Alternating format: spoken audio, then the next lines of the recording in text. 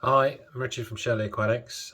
Just coming to you from slightly unusual settings today, and I'm in my front room.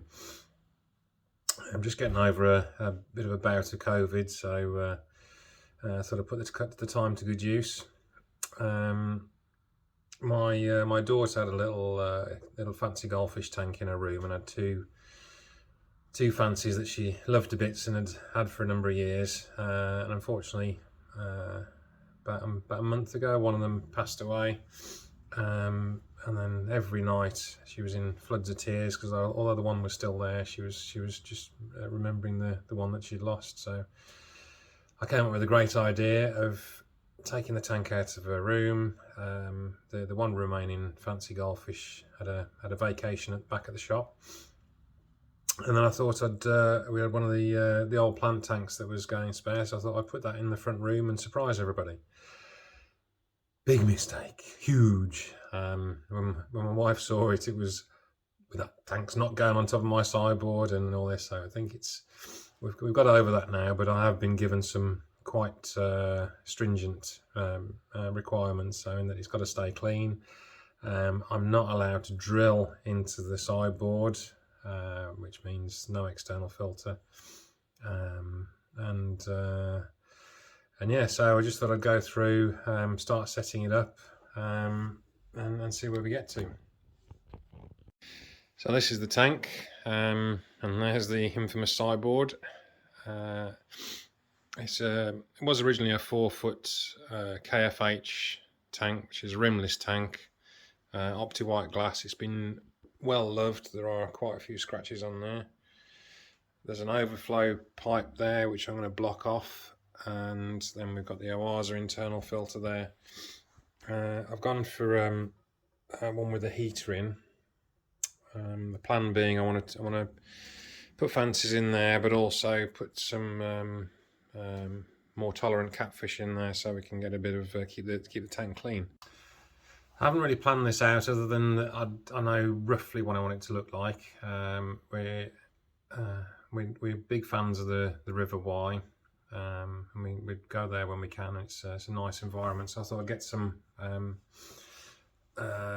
make sort of a riverbed theme. So I've got a few things here. I've got some little pebbles, and then some cobbles, and some bigger.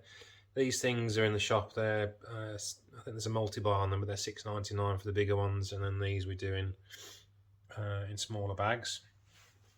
And then I've just got a load of willow branches out the garden, which I'm hoping to create something that looks looks a bit better than that just dumped on the floor there. So here we go. So the first thing I'm going to try and do is I'm going to disguise that overflow pipe in the corner. Also put some interesting branches in there. Tending to once I've got everything, because I want it to cable tie them in place, and then potentially once everything's all matured, get some plants growing on the branches as well. So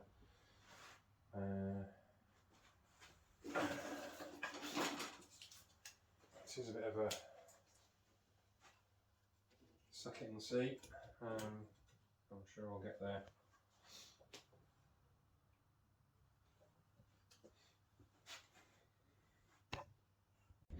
I'm sorry, this is going to be a bit of a stop-start process because my production crew aren't much use. Here, Frank. Eh? So I'm in the house on my own, so I've got the camera on a wooden thing on a chair on a phone holder. So anyway, I got that far. I sort of quite like how that looks, so I might just tinker with it a little bit more, and I just put a loose cable tie in there just to hold things in place while I'm messing around. It probably seems a bit odd that I've got the filter at this end, but I don't. The focus will be on that side when you're looking at the tank, and really that just needs to be easily accessible. And the good thing with these filters is that they're very, very easy to use and clean out. So hoping to get the kids involved, but I think Dream On springs to mind. We'll see how we get on with that. Okay, so that's the woodwork bit finished with, I think. You can, there's lots of ways to obviously secure things into a tank, and cable ties are easy and cheap and non-toxic. But of course the problem is, how do you then cover them up? So I might try and get some moss to grow around them or something. We'll see how we get on. You can use stainless steel screws, of course. I have tried where I can to wedge some of these sticks in rather than you needing a fixing, but there's always a possibility when it fills up with water, everything will bounce out. So the next job is getting some of these stones in. Oh, now you come to help. So I'm gonna, what I generally tend to do with these things, and I have done these sorts of things before with stones and cobbles and things, is put the bigger ones in first, out the way. Put the bigger ones in first, and then the medium ones, and then you fill the gaps with the smaller pebbles.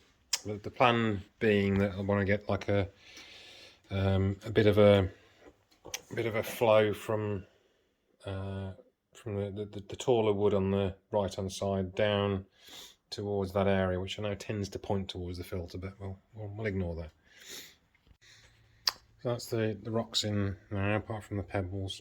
I tried to get a bit of a backbone going down the middle of the tank, and a bit more of an interesting shape with the bigger pieces. I've got to be honest, I haven't got a particular pattern or anything I can form to. Just I think just keep playing with it till it looks nice.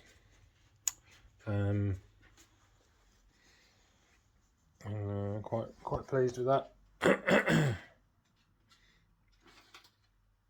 So I'll just put the smaller pebbles in now to fill in some of the gaps, and then it's time for a bit of water, I think.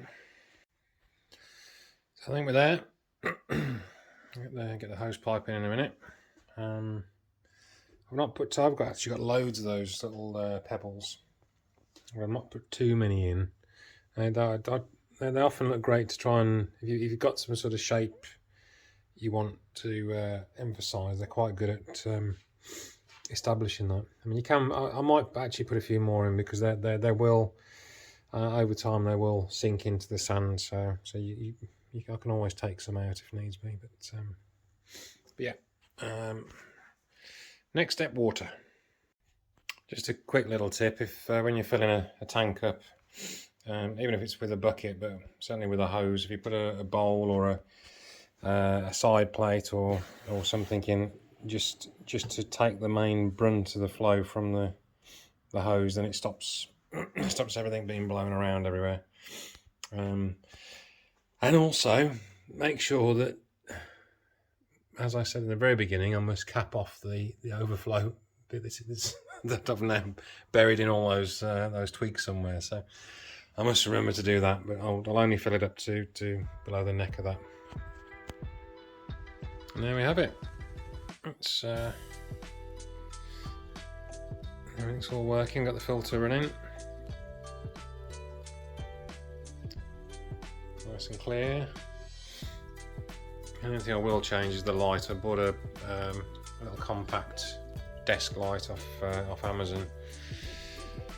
Other online stores are available, but it's just not up to the job at all. I didn't want too much light in here anyway. I just wanted a bit of atmospheric light, but it's not. I mean, it'll look better when they're in the dark, but I just don't think it's up to it at all.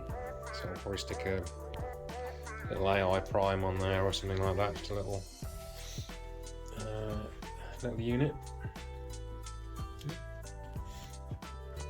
Yeah, pretty pleased with that. Hopefully, there you go in the background.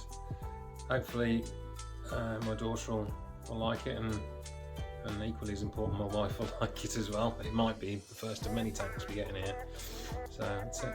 I'll try and post some updates as we go along, and see how it matures. And remember, keep playing with it till it looks nice. I can't believe I said that.